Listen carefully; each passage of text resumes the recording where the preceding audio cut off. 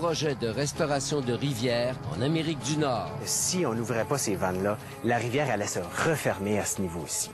Et là, on était proche du point de non-retour.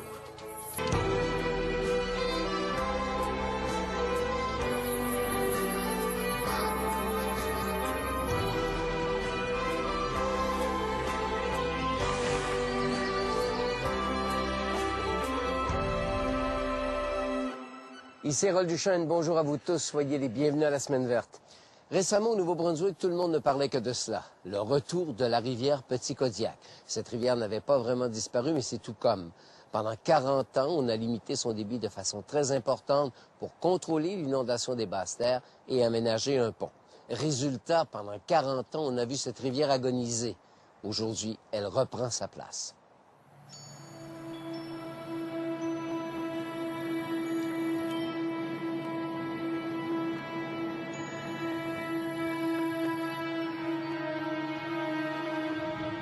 La rivière Petit Kodiak se meurt. Un pont jeté construit dans les années 60 empêche l'eau de couler normalement vers la mer. Une main d'acier coupe la rivière en deux. Résultat, 90% de la rivière en aval du pont jeté a disparu, ensevelie sous des tonnes de vases. Autrefois, 50 ans passés, on aurait les deux pieds dans l'eau.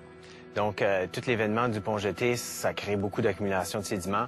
On a perdu à peu près 800 mètres de largeur sur la rivière. Essentiellement, ce qui restait au début de l'été, c'est à peu près 10% de la largeur de la rivière d'antan. Près de la ville de Moncton, la rivière étouffe. 5 espèces de poissons ont disparu, dont le majestueux saumon de l'Atlantique. Marco Morancy, des Sentinelles de la Petit Kodiak, lutte pour sauver la rivière. Pour lui, la solution est simple. Il faut enlever le pont jeté le plus rapidement possible. Sinon, la rivière va complètement disparaître sous la vase.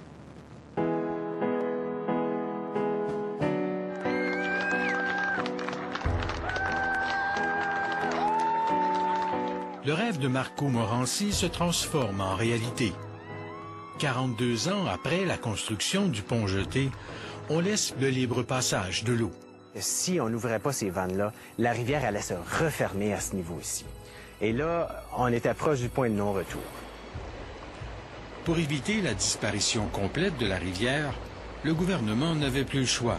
Il fallait laisser le libre passage de l'eau. On a alors entrepris le plus grand projet de restauration d'une rivière en Amérique du Nord. Car la rivière Petit Kodiak n'est pas comme les autres. Elle coule dans les deux sens. Située au fond de la baie de Fundy, la rivière Petit Kodiak se nourrit des plus hautes marées du monde. 2 fois par jour, une vague d'eau salée remonte la rivière. C'est le Mascaret. C'est comme si tout à coup, la rivière changeait de direction. L'ouverture des vannes permet à l'eau salée de franchir le pont jeté et de remonter la rivière. Ce que le pont chaussé a créé, c'est que ça a empêché le système d'avoir accès aux 45 km de rivière qu'il y a en haut du pont chaussé. Si désormais l'eau circule librement à chaque marée, qu'en est-il des poissons? Nous sommes à 20 km en amont du pont jeté. Chaque matin, depuis l'ouverture des vannes, Carole Boudreau lève ses filets. C'est plus pour avoir une base de qu'est-ce qui revient. C'est un indicateur de si que la rivière est en bonne santé. Après que les vannes ont été fermées pendant 40 ans, on veut voir les espèces migratoires. Mais Carole Boudreau souhaite avant tout revoir l'une des 5 espèces disparues depuis 40 ans. Jadis abondant dans la rivière Petit Kodiak, l'esturgeon noir, le poulamon atlantique, la lauze savoureuse, le bar rayé et le saumon de l'Atlantique ne sont jamais revenus. Mais ce matin, pas de chance. Le filet est vide. Tout un contraste avec cette journée du 26 mai 2010. Le Gasparo est de retour en grande force. On a haut de 140 000 qui ont été comptés juste dans notre filet. Le filet, il bouge pas complètement la rivière.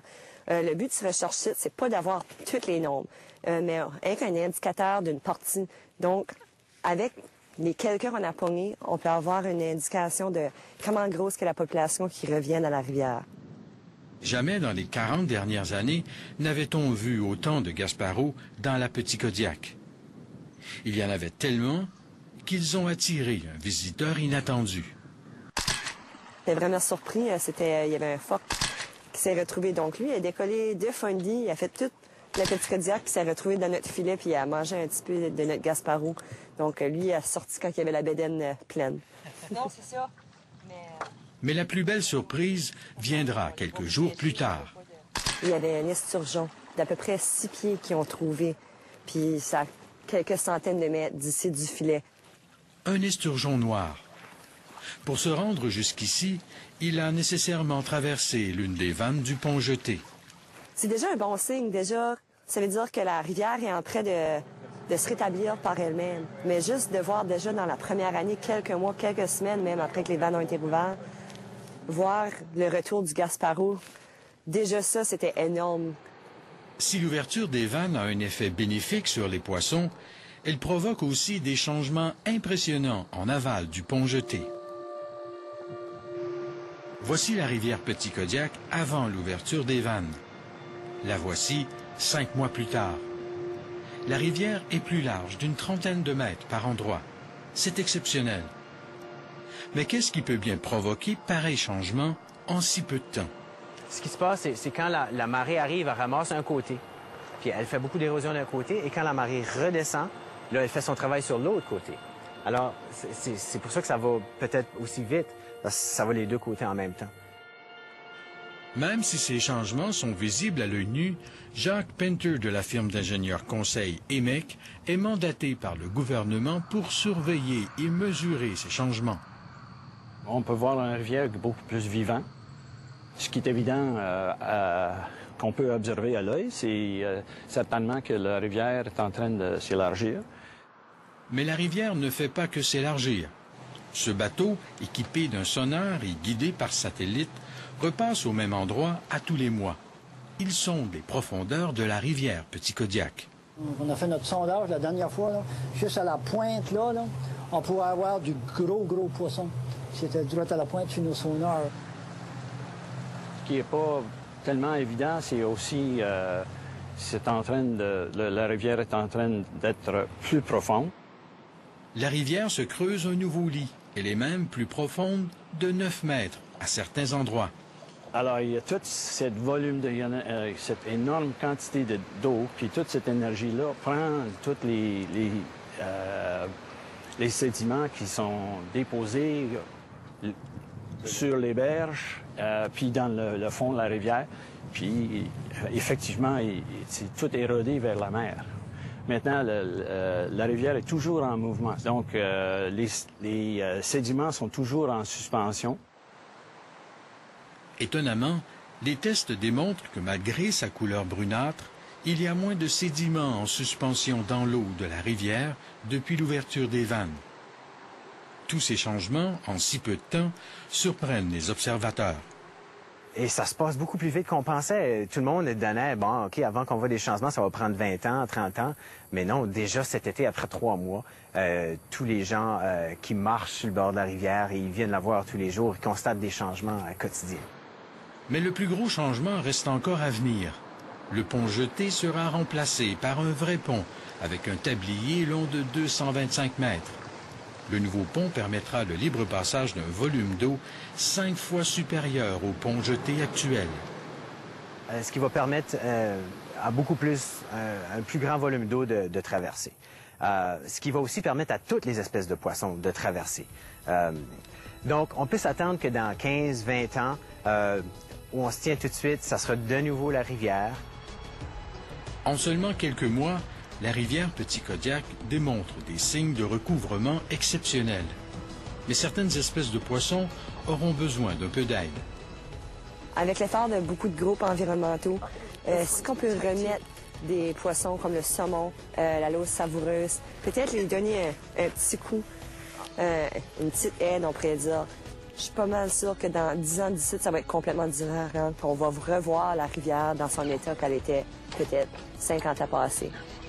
Un jour peut-être reverra-t-on la rivière Petit Kodiak comme autrefois. Une voie navigable avec une riche vie aquatique. En fait, c'est l'exemple qu'on peut faire des bonnes choses pour l'environnement et que si on donne la chance à la nature, elle va reprendre son cours, puis ça se passe beaucoup plus vite qu'on pensait.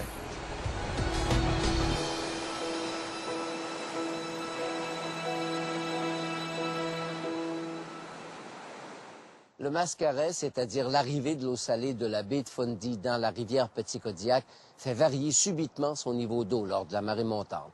On dit qu'avant la construction du pont-jeté, ce mascaret était un des plus importants au monde. Quelle pouvait être sa hauteur? C'est la question de la semaine. On y répond à la fin de l'émission.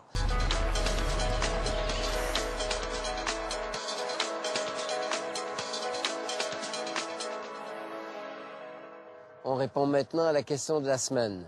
Avant la construction du pont-jeté, le mascaret de la rivière Petit Kodiak, c'est-à-dire l'arrivée massive de l'eau salée de la baie de Fundy au moment de la marée montante, était un des plus importants au monde. On dit qu'il pouvait atteindre 2 mètres à une vitesse de 13 km/h.